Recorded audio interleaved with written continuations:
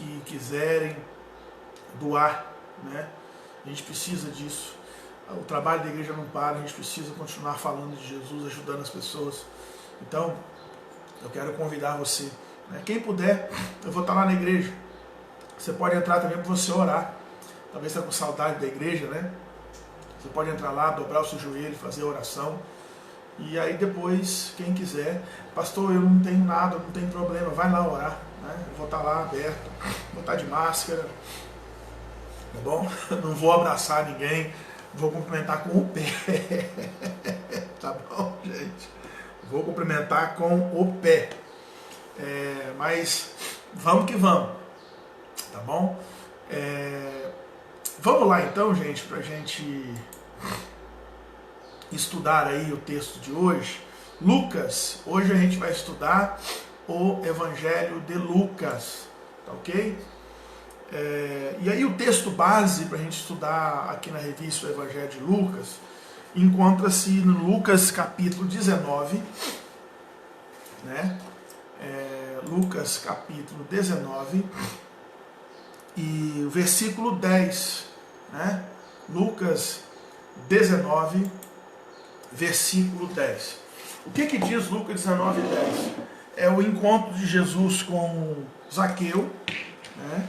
Que era um publicano, que era um coletor de impostos. E aí Jesus se encontra com ele, Zaqueu, toda aquela história que a gente já conhece. Jesus chama Zaqueu para ir na sua casa. Zaqueu desce da árvore, Jesus vai na casa do Zaqueu, e lá tem um encontro com Zaqueu, há salvação na casa de Zaqueu, e Jesus fala o versículo 10, que é a chave, o versículo chave, o texto chave do Evangelho de Lucas, que diz assim: porque o Filho do Homem veio buscar e salvar o perdido. Porque o Filho do Homem veio buscar e salvar o perdido. Olha que coisa maravilhosa, que coisa linda. Mas o Filho do Homem veio buscar e salvar o perdido. Irmãos, vamos lá então. Algumas peculiaridades do Evangelho de Lucas. Lucas era um médico, né? Era uma pessoa estudada, ele era médico, e ele escreveu o Evangelho de Lucas e também escreveu o livro de Atos dos Apóstolos, né? Então, e é interessante pensar que 28% do Novo Testamento foi Lucas que escreveu. Então Lucas tem uma importância muito grande dentro do Novo Testamento. Outra coisa interessante, aparentemente Lucas foi o único gentil, ou seja, o único não judeu a escrever qualquer parte do Novo Testamento. Ele é conhecido como médico amado, companheiro fiel. Ele foi um dos companheiros do apóstolo Paulo em algumas de suas viagens missionárias. Lucas era um historiador. Você vai pegar o Evangelho de Lucas e comparar com os outros evangelhos, você vai ver que o Evangelho de Lucas é mais rico em detalhes, né? Porque Lucas era melhor, porque os outros evangelhos são inferiores. Não, porque Lucas, como médico, como historiador, ele tinha uma capacidade muito boa e ele discorria. Então ele tem muitos detalhes no Evangelho de Lucas, né, que nos chamam a atenção. Lucas tem como alvo principal os gentios, os não judeus gregos, né? Ele era médico, escreveu o seu evangelho por volta do ano 60 depois de Cristo. E se a gente pudesse resumir o Evangelho de Lucas numa frase, numa sentença, nós poderíamos dizer o seguinte: Lucas mostra Deus agindo na história por meio do Filho do Homem, de maneira criteriosa, desde o anúncio do nascimento de Jesus até a ascensão de Jesus. E é interessante porque Lucas, como historiador também, a gente pode perceber, porque Lucas fala, olha, eu fiz um estudo minucioso com várias testemunhas. Então Lucas foi aquela pessoa que buscou informações, que conversou com as pessoas, provavelmente pessoas do círculo muito próximo de Jesus, apóstolos, parentes de Jesus. Quem sabe o próprio Lucas entrevistou aí Maria, mãe de Jesus, a gente não sabe, né? Talvez Lucas entrevistou Pedro e Tiago, entrevistou as mulheres, né? Pessoas que participaram dos milagres de Jesus, que foram curadas. Lucas fez um macurado e minucioso através da entrevista. E por que isso tem que ser levado em conta? Porque naquela época, diferente de nós, ocidentais, mas os orientais, especialmente naquela época, sempre valorizavam o quê? Valorizavam a tradição oral, né? Eles valorizavam a tradição oral. É muito importante a gente entender isso. Lucas, ele valorizava a tradição oral, e a tradição oral era muito valorizada naquela época. Isso aqui é importante, porque hoje nós não valorizamos a tradição oral. Hoje o que se tem é uma valorização da fofoca, né? Dizem que enquanto um conto, aumenta um ponto. Isso na cultura ocidental. Na cultura oriental, não. Eles sempre foram muito fidedignos aos fatos, contava-se a história. No Antigo Testamento as histórias eram passadas de pai para filho, de filhos, né, e aquela coisa ia indo. Valorizava-se as genealogias, valorizava-se a história, as histórias. Então Lucas fez isso. E se você observar o Evangelho de Lucas, Lucas como um pesquisador, ele tinha uma preocupação com o quê? Com os detalhes. Lucas se preocupava com os detalhes. O Evangelho de Lucas tem uma riqueza de detalhes, né, impressionante. E algumas distinções do Evangelho de Lucas para os outros evangelhos. Por exemplo, o nascimento de Jesus. Você encontra no Evangelho de Lucas 541 versículos exclusivos que envolvem o nascimento de Jesus. E Lucas dá detalhes acerca de Maria. Só Lucas registra a anunciação a Zacarias, né? Quando o anjo aparece a Zacarias e fala do nascimento de Jesus. Também a Maria. Lucas registra o cântico, né, de Maria, o cântico de Zacarias, o nascimento de João Batista, é uma coisa exclusiva de Lucas. A visita dos pastores quando Jesus nasceu, a circuncisão e a apresentação de Jesus no templo, e também o fato da infância de Jesus.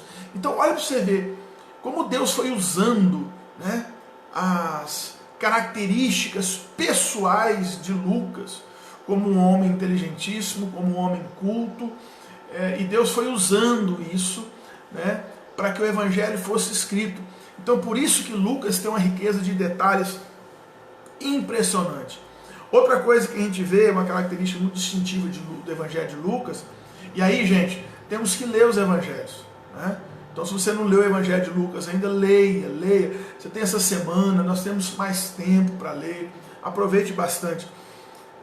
O Evangelho de Lucas mostra um grande interesse na oração. Lucas registra várias orações de Jesus. Aí isso mostra algo maravilhoso, como Lucas valorizava a oração e como Jesus orava, como Jesus buscava Deus, como Jesus se aproximava de Deus, como Jesus tinha intimidade com Deus, né? Então, Lucas, além de mostrar Jesus orando, também menciona vários ensinos de Jesus sobre a oração. Só Lucas registra a oração de Jesus por Pedro, né? Lucas 22, 31 e 32. Então, características do Evangelho de Lucas. Outra coisa, Lucas dava, os irmãos, vocês podem participar, tá? Qualquer pergunta, qualquer opinião, vocês podem escrever aí, que vai ser uma alegria poder responder para vocês, tá bom? Pode perguntar dentro da lição que eu vou ter, pode dar a opinião de vocês, pode escrever, aliás, pode dar um bom dia também, tá joia? Outra coisa interessante no Evangelho de Lucas é uma atenção especial que Lucas dá às mulheres. A mulher na época de Jesus, ela era considerada propriedade do marido, propriedade do pai, né? Tanto pelos judeus como também por aqueles que não eram judeus. Então a mulher era naquela época, entenda isso, extremamente desprezada. E o que Lucas traz aqui no seu evangelho? Lucas traz a importância da mulher. Algumas mulheres têm um destaque maravilhoso, né? Maria, né, mãe de Jesus, tem um destaque importante. A viúva de Naim, né? Aquela mulher pecadora que é levada até Jesus, né? A mulher com fluxo de sangue. Lucas, ele dá mais detalhes às narrativas envolvendo as mulheres do que os outros evangelistas, do que os outros escritores. Uma outra coisa interessante no Evangelho de Lucas, que a gente precisa entender, é que no Evangelho de Lucas nós temos 4 milagres que só são registrados nesse Evangelho, né? Nesse Evangelho. Quais são? A ressurreição do filho da viúva, somente em Lucas. A mulher com espírito de enfermidade, o homem hidrópico, né? E os 10 leprosos. Você só encontra no Evangelho de Lucas. Olha a riqueza desse Evangelho. Olha, então pode ler só o Evangelho de Mateus. Você tem que ler Marcos, Lucas e João, né? Cada um com as suas riquezas, tá ok? Outra coisa, no Evangelho de Lucas também são as parábolas, que são muito peculiares aqui. O que são parábolas? São as histórias contadas por Jesus. Era um recurso de linguagem, de ensino, tinha toda uma estrutura que as pessoas usavam para aplicar, ensinar e aplicar lições. E Jesus era um mestre no contar parábolas. É fantástico Jesus, né? Então a gente vê aqui a parábola do bom samaritano, a parábola conhecidíssima, né? Os 2 devedores, o rico insensato. São várias parábolas aí que você vai ler aqui no Evangelho de Lucas. E para você encontrar as parábolas, a partir do capítulo 7, versículo 41, até o capítulo 19, você tem muitas parábolas. Então, você vai encontrar as histórias contadas por Jesus a partir de Lucas 7, versículo 41, quando Jesus conta a parábola dos 2 devedores, e aí vai até o final aí, Lucas 19, quando Jesus conta a parábola das 10 minas, tá ok? Então, o evangelho rico em histórias, riquíssimo. Uma outra coisa interessante no Evangelho de Lucas, gente, é o interesse terapêutico e medicinal de Lucas. Lucas era médico, né? Olha que coisa linda. E Lucas, como médico, você vai ver no Evangelho de Lucas vários elementos da medicina, né? Por exemplo, você vai ver Lucas quando a sogra de Pedro ela foi curada por Jesus. Jesus chega na casa com seus discípulos. Aí Lucas dá um detalhe muito importante. Capítulo 4, versículo 38. Olha o que diz o texto. Ora, a sogra de Simão, de Pedro, achava-se enferma com febre muito alta, né? Só o médico pode falar que estava com febre, né? Uma febrinha, não.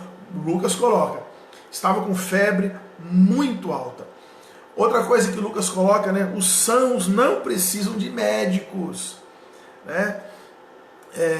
Lucas 6, ora, achava-se ali um homem cuja mão direita estava ressequida.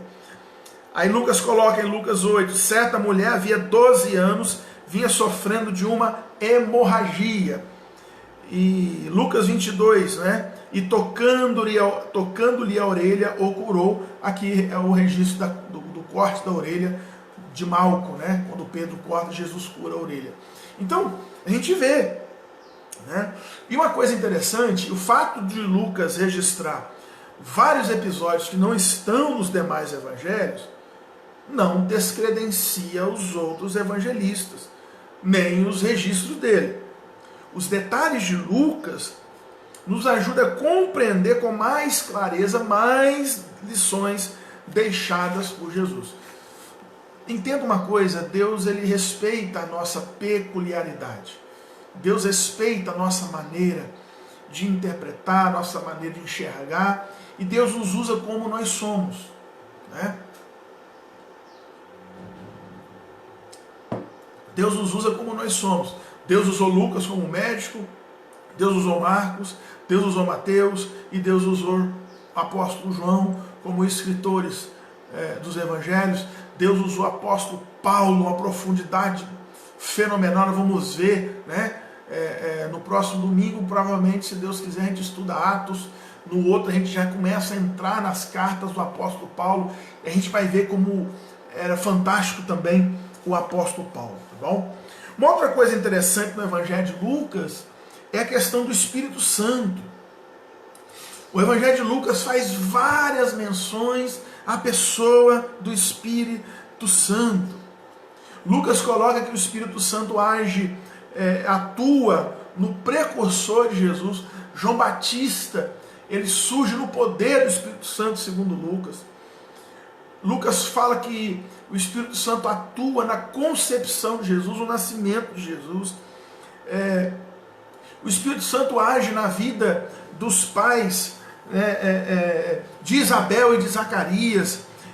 O Espírito Santo desce sobre Jesus no batismo. É o Espírito Santo que guia, que leva Jesus até o deserto para ser tentado pelo diabo.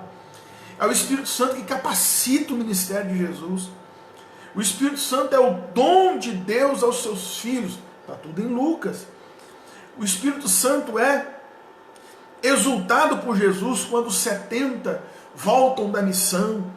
O Espírito Santo é o objeto da profecia bíblica e o Espírito Santo é quem concede poder às pessoas. Olha como Lucas, né, amplia a visão da pessoa, da terceira pessoa da Trindade, da terceira pessoa que é o Espírito Santo, para nos mostrar que o Espírito Santo ele é parte fundamental na salvação do ser humano. Eu falei aqui durante a semana no estudo de Efésios que o Espírito Santo convence o ser humano do pecado, da justiça e do juízo. Então o Espírito Santo tem um papel fundamental no convencimento do ser humano para a sua conversão. É o Espírito Santo que tem um papel fundamental na nossa maturidade. É Ele que vai trabalhando dentro de nós, é Ele que vai nos moldando, é Ele que vai nos limpando, é Ele que vai trabalhando na nossa vida, trabalhando no nosso coração. É o Espírito Santo. Então Lucas dá essa importância, não que os outros não davam, não, mas Lucas traz essa riqueza de detalhes a respeito do Espírito Santo. Então eu quero te fazer uma pergunta. Será que você tem valorizado essa grande dádiva de Deus aos seus filhos, que é o Espírito Santo? Jesus falou, eu vou voltar para o Pai, mas eu vos enviarei um outro Consolador.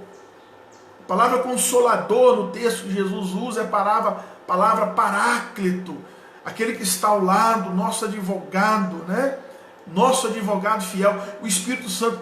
Você tem valorizado a pessoa do Espírito Santo? Você tem buscado cada vez mais aproximar-se de Deus por meio do Espírito Santo? Meu irmão, olha a opinião de Lucas aqui, ó. de Lucas, do irmão Hamilton Fontoura. Como historiador, arrisco dizer que Lucas fez um trabalho de pesquisa elaborado e metódico. É verdade, Hamilton, ele fez, ele entrevistou pessoas. Se você ler aqui o início, né, deixa eu abrir aqui, ó, o início do livro de Atos, é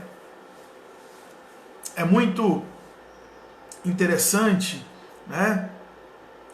Deixa eu achar aqui.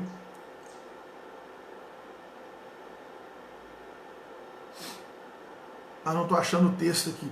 Mas depois eu vou achar para vocês. Que Lucas fala que ele entrevistou as pessoas. Ele fez um trabalho apuradíssimo. Ele fez um trabalho metódico. Ele sentou, ele organizou. Né? Aqui, ó. Lucas capítulo 1. Deixa eu terminar ali a frase do Hamilton. Arrisco a dizer que Lucas fez um trabalho de pesquisa elaborado e metódico, preocupado em que os fatos da vida de Jesus e dos apóstolos não se perdessem no tempo. Isso é verdade, Hamilton. Olha o que diz aqui o capítulo 1, versículos 1 a 4.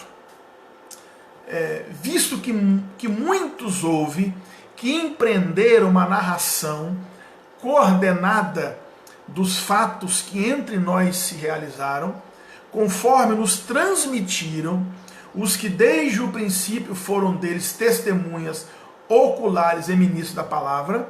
Olha só, igualmente a mim me pareceu bem, depois de acurada investigação de tudo desde sua origem, dar-te por escrito, excelentíssimo Teófilo, uma exposição em ordem, para que tenhas plena certeza das verdades em que fosse instruído. Olha que coisa linda. Lucas fez realmente esse trabalho de pesquisa. Inspirado pelo Espírito Santo, ele pesquisou, ele pegou as histórias, ele conferiu, ele foi atrás, ele entrevistou. Então, olha que coisa linda, né? O Evangelho de Lucas, essa lição maravilhosa que ele traz para a gente. Agora, uma coisa interessante, uma outra característica marcante na vida de Jesus, em Lucas, você vai ver aqui 4 grupos muito presentes aqui no livro de Lucas. Você vai ver os samaritanos, os criminosos, as mulheres e os gentios. Esses 4 grupos, vamos lá, samaritanos, criminosos, mulheres e gentios, né? É muito presente no Evangelho de Lucas. Esses 4 grupos tinham algo em comum. Vamos ver se você vai saber. Eu não vou dizer ainda, né? Quem está com a lição vai me responder. Responda aí. O que é que esses 4 grupos, samaritanos, mulheres, gentios e criminosos, tinham em comum? Me ajudem aí. O que é que esses 4 grupos tinham em comum? Me respondam aí. Enquanto eu tomo aqui uma água, né? Vamos lá. O que é que esses 4 grupos tinham em comum? Samaritanos, criminosos, mulheres e gentios. Vamos ver quem sabe. Eu vou esperar um pouquinho, eu sei que demora a chegar aí, né? Às vezes tem um tempo. Vamos lá então, vamos ver se você sabe. Deixa eu entrar aqui.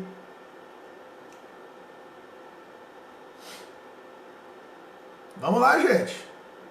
O que esses 4 grupos tinham em comum? Criminosos, mulheres, gentios e samaritanos. Vamos ver se você sabe. Quem acertar ganha uma bala. Tá bom? Vamos lá, eu preciso correr aqui então. Depois vocês vão respondendo aí.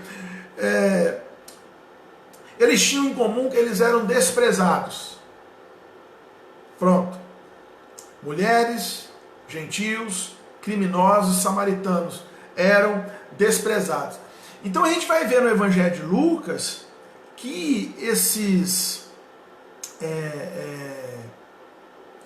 que esse grupo de pessoas no Evangelho de Lucas é o Evangelho dos desprezados. A gente vai ver inúmeros registros da ação de Jesus sobre essas pessoas, das classes desprezadas, né? Por exemplo, os samaritanos. Quem eram os samaritanos? Os samaritanos eram aqueles que nasciam em Samaria. Era um grupo que sofria muita discriminação dos israelitas por causa da diferença de raça. Os samaritanos eram uma mistura de raça, né? Judeus e gentios. E os judeus não aceitavam isso, né? Então eles tinham diferença de raça, de costume, de religião. E Jesus aqui exalta a figura dos samaritanos, especialmente quando Lucas escreve a parábola do bom o quê? Do bom samaritano, né? Ele fala, estava descendo a estrada de Jericó um sacerdote, o representante da religião de Israel, um levita, outro representante da religião de Israel, via alguém caído, não deu bola, passou de longe. Mas aí vinha descendo. Quem? Um samaritano, que era desprezado pelos judeus, que eram considerados inferiores, e quem foi que socorre o necessitado? Justamente o samaritano, né? Outra coisa que Jesus trabalha aqui, né, são os gentios, que eram chamados pelos judeus de pecadores, né?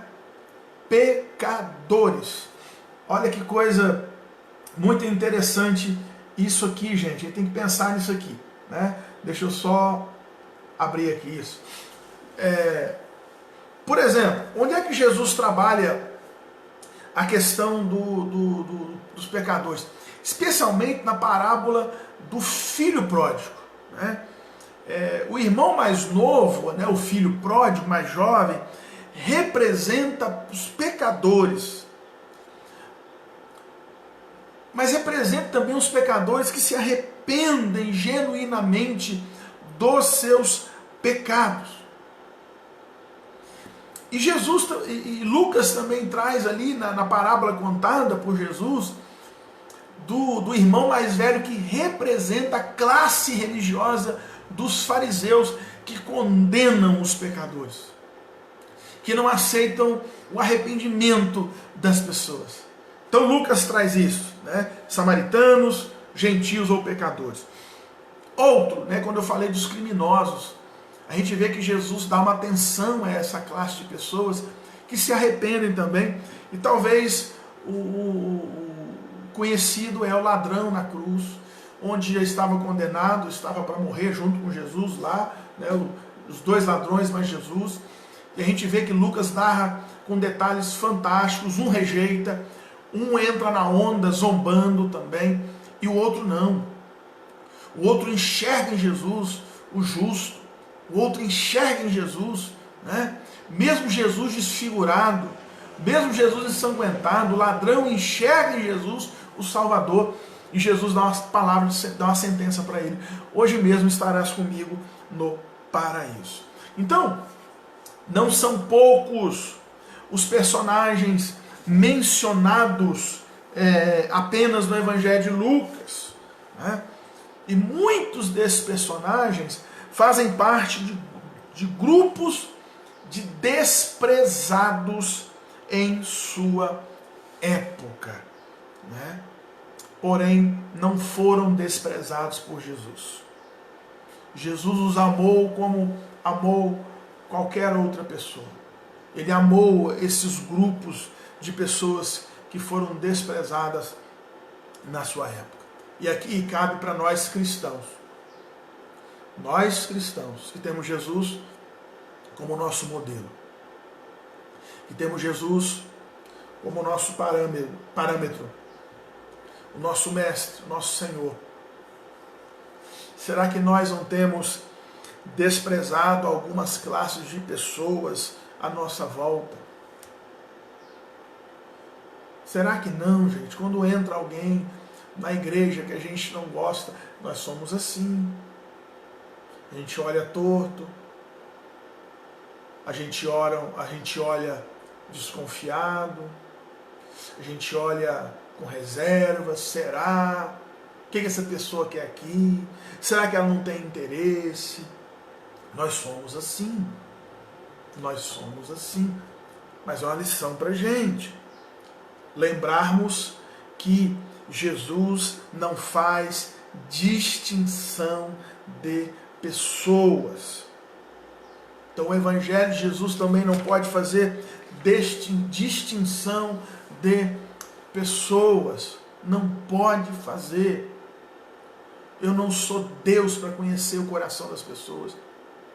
Aliás, Jesus ensinou no Sermão do Monte: não julgueis, para que não sejais julgados também. Sabe o que acontece com a gente? É que muitas vezes nós queremos imitar a Deus onde não podemos imitar. O único juiz que existe é Deus, que conhece o coração das pessoas. Mas nós queremos imitar a Jesus, a Deus, nessa característica que não é para a gente. Não julgueis para que não sejais julgados, porque com a medida que a gente julga, nós seremos julgados também. Então toma cuidado, meu irmão. Não é porque o outro falou alguma coisa e a gente interpreta segundo os nossos preconceitos, segundo a nossa visão de vida, e muitas vezes julgamos as pessoas, desprezamos as pessoas. É uma lição para mim como pastor, é uma lição para nós como membros do corpo de Cristo, para nós como igreja. O que devemos fazer é orar. Se a gente sentir alguma coisa, né, o que a gente tem que fazer? Orar, pedir para Deus discernimento. Aliás, Paulo fala que um dos dons do Espírito é discernimento de Espírito. Discernimento. Porque às vezes a gente está julgando e condenando pessoas sem ter esse poder. Então, Jesus nos ensina muito isso aqui no seu Evangelho de Lucas, um Evangelho fantástico para a gente. Deixa eu fazer uma pergunta para vocês aí. Eu sei que demora, gente. Ô Zé, eu ia perguntar, quem é que está colocando carinha de brabo aí? Eu falei, será que eu falei alguma coisa?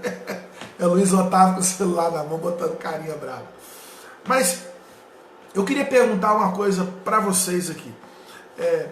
Deus usou Lucas nas suas características. Lucas tinha como alvo, né, os judeus. É interessante que, especialmente o Evangelho de Mateus, né, usa a expressão, trabalha muito rei dos judeus, né? Marcos e Mateus trabalham muito a expressão filho de Deus, né? E aqui Lucas trabalha a expressão filho do homem, para mostrar também, para identificar Jesus como um ser humano, para mostrar que Jesus se identificava com toda a humanidade, né? E no Antigo Testamento, especialmente, chamar alguém de filho do homem é o mesmo que chamá-lo de homem, é como dizer que ele é descendente do ser humano.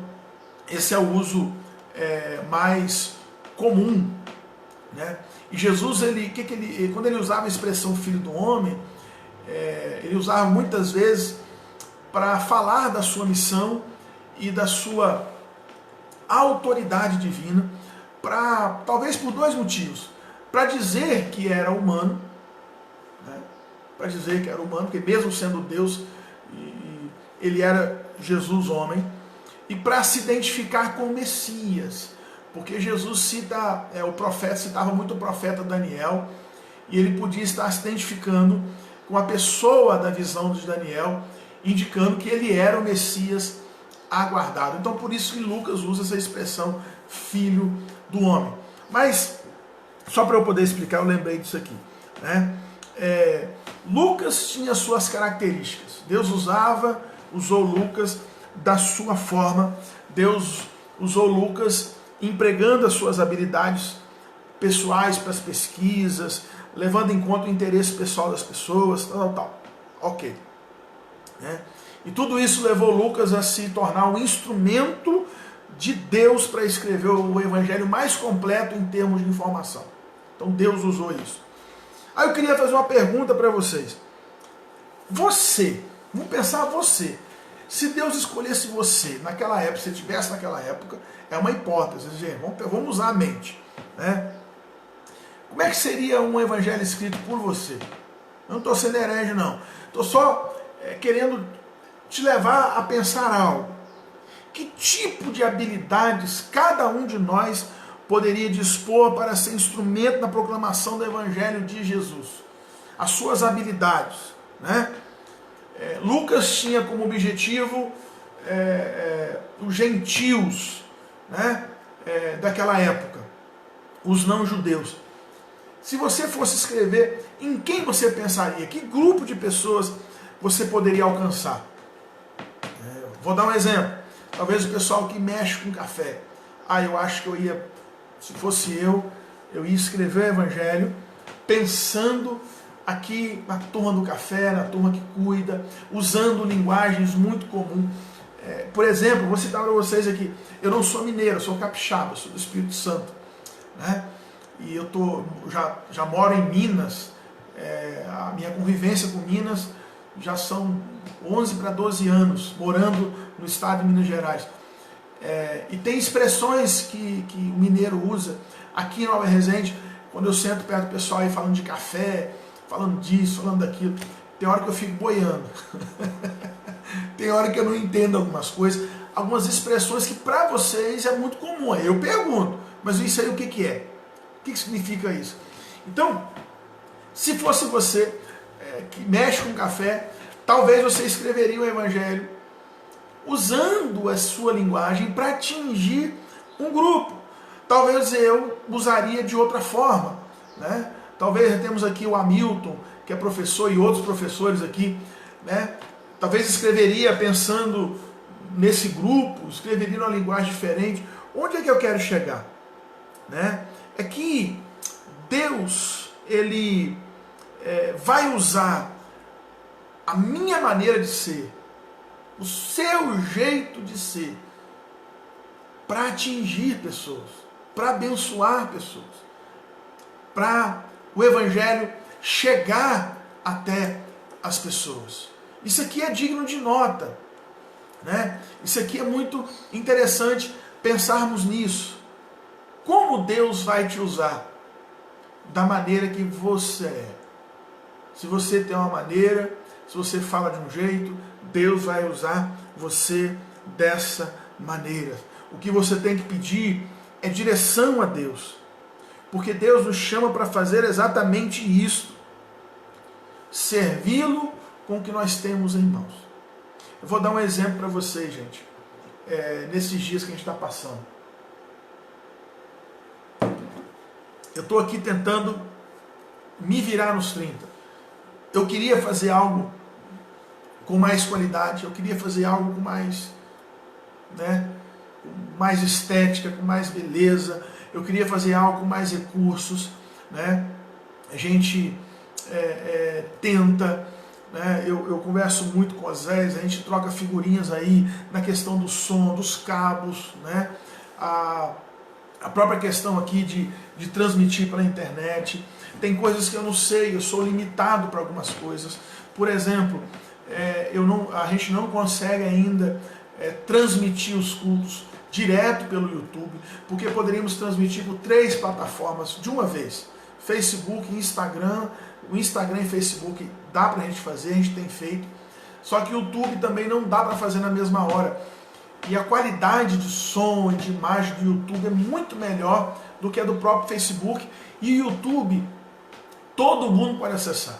O Facebook, a pessoa precisa ter conta no Facebook e no Instagram é a mesma coisa. Mas a gente, por enquanto, não consegue. Aí, agora cedo de manhã, eu fui lá na igreja pegar o pedestal onde eu coloco o celular. E aí, voltando para casa, eu pensei, um pedestal na mão, eu vou trabalhar com as armas que eu tenho, né? Por exemplo, a gente não tem aqui na igreja, eu também não tenho, né, um notebook bom, assim, de qualidade boa, porque se eu tivesse um notebook bom, eu poderia já transmitir através do notebook, porque o notebook tem a filmadora, tem a câmera e tem microfone embutido nela. Eu poderia fazer isso, mas não tem. O que eu vou fazer? Vou trabalhar com as armas que tenho, com aquilo que eu tenho na mão. Moisés tinha um cajado. Davi tinha a funda e pegou as pedrinhas. Deus usou aquilo que eles tinham nas mãos. É o que nós temos nas mãos por enquanto. Quem sabe mais na frente a gente melhora as coisas, mas por enquanto é o que a gente tem na mão. Aí eu vou ficar frustrado. Porque a igreja tal está conseguindo, né? Como eu queria fazer aquelas chamadinhas de vídeo antes, mas por enquanto não dá. Eu vou me frustrar, eu vou desanimar, eu não vou fazer. Justamente o contrário. Vou fazer, vou buscando me qualificar mais, vou buscando, né, tentar melhorar, mas até isso acontecer, o que é que eu vou fazer? Vou trabalhando e deixando Deus me usar da maneira dele, usando aquilo que Deus colocou em minhas mãos. O que Deus colocou em minhas mãos no momento é um celular Samsung J7, que eu estou orando para ele não pegar fogo hora dessa. Os nossos equipamentos, né? Nós não temos equipamentos high-tech, de última geração, mas temos um celularzinho que está abençoando vidas. Nós temos, né, os nossos cabinhos de som que está abençoando. Nós temos lá o nosso grupo de louvor, ontem os jovens foram lá na igreja, fizeram louvor, né, pregaram a palavra de Deus, entendeu? Então, por que eu estou falando isso? Porque a gente tem que entender que Deus usa gente que está disponível.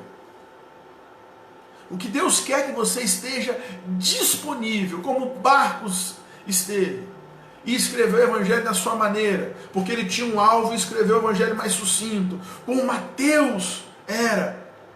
Mateus escreveu pensando nos judeus, então escreve muitas expressões judaicas, chamando, evangelizando os judeus. Deus usou Mateus do seu jeito. E aqui com Lucas, a mesma coisa. Lucas, um médico inteligentíssimo, um historiador, então Deus usou da maneira dele. Assim como a gente vai ver, se Deus permitir, domingo que vem, o Evangelho de João, que é um evangelho lindo, o evangelho teológico, o evangelho de riqueza, de profundidade. Deus usa você, meu irmão, do jeito que você é. É claro que eu vou melhorar. É claro que a gente vai... Lembra no início como a gente apanhou aqui nas transmissões, lá na igreja com som? Não ficava bom. Foi ficando desesperado e chamava o Oséias, vamos, tal. Conseguimos um cabo. E quando a gente conseguiu o cabo, né? Olha que coisa interessante. Quando a gente conseguiu, o Oséias conseguiu um cabinho. E a gente, vamos testar. A gente conseguiu, não dava. E aí a gente conseguiu um cabinho, um adaptador que precisava usar. Gente, quando deu certo, a gente se emocionou. O Oséias se emocionou, eu me emocionei. Graças a Deus que deu certo. Mas é assim, né? A Patrícia colocou aqui, isso mesmo, pastor, gosto muito dessa frase, faça seu melhor nas condições que você tem, enquanto você não tem condições melhores para fazer o melhor ainda. Então é isso aí, eu vou fazer, né? Eu vejo o pessoal fazendo aí, aquelas lives, glória a Deus, se tem condições, né? Eu gosto muito das lives do pessoal de Muzambinho, né? Que vocês podem ver, não no mesmo horário, hein? Deixa eu dizer uma coisa para vocês aqui. Eu souber que tem crente meu que vendo live dos outros no mesmo horário que eu estou fazendo, vai queimar o computador. Tá bom? Vai queimar o celular. Tem que valorizar o pastor, o seu pastor. Depois que terminar o nosso, aí você pode ir lá ver. Mas eu sou apaixonado pelas lives lá da IP de Muzambinho. Por quê? Deus está usando eles. O Elias está lá, tem uma moçada que entende computação e tal, e eles fazem aquelas coisas. Glória a Deus por isso, gente. Glória a Deus por isso. Nós vamos chegar lá. Eu sou enjoado, vocês me conhecem. Eu não lembro quando eu cheguei aqui em Nova Resende, quando eu vi o som da igreja, eu falei, meu Jesus dos crentes, tem misericórdia. Fomos, e eu enchendo a paciência, Graças a Deus está lá, colocamos lines, o som da igreja melhorou, tudo melhorou. Tá vendo? Então o que a Patrícia colocou? Faça o seu melhor nas condições que você tem, enquanto você não tem condições melhores para fazer melhor ainda. Então a gente está fazendo isso aí. Assim é o Evangelho de Lucas. Então, o Evangelho de Lucas é muito peculiar, é maravilhoso. Registra fatos e personagens que não estão nos outros evangelistas. A excelente formação de Lucas permitiu escrever no grego mais culto da época e organizar os fatos minuciosamente. Lucas foi uma ferramenta preciosa nas mãos de Deus. Amém? Amém, irmãos. Glória a Deus por isso. Mas vamos melhorar. Lucas, o que Lucas fez? O recurso que ele tinha e foi melhorando. Nós vamos melhorar, nós vamos chegar lá. Né? Nós não sabemos quando tudo isso vai passar. O retorno para as igrejas não vai ser, liberou o culto, 300 pessoas lá dentro. Não vai ser assim, irmãos. Eu tenho que ser sincero. Não será assim.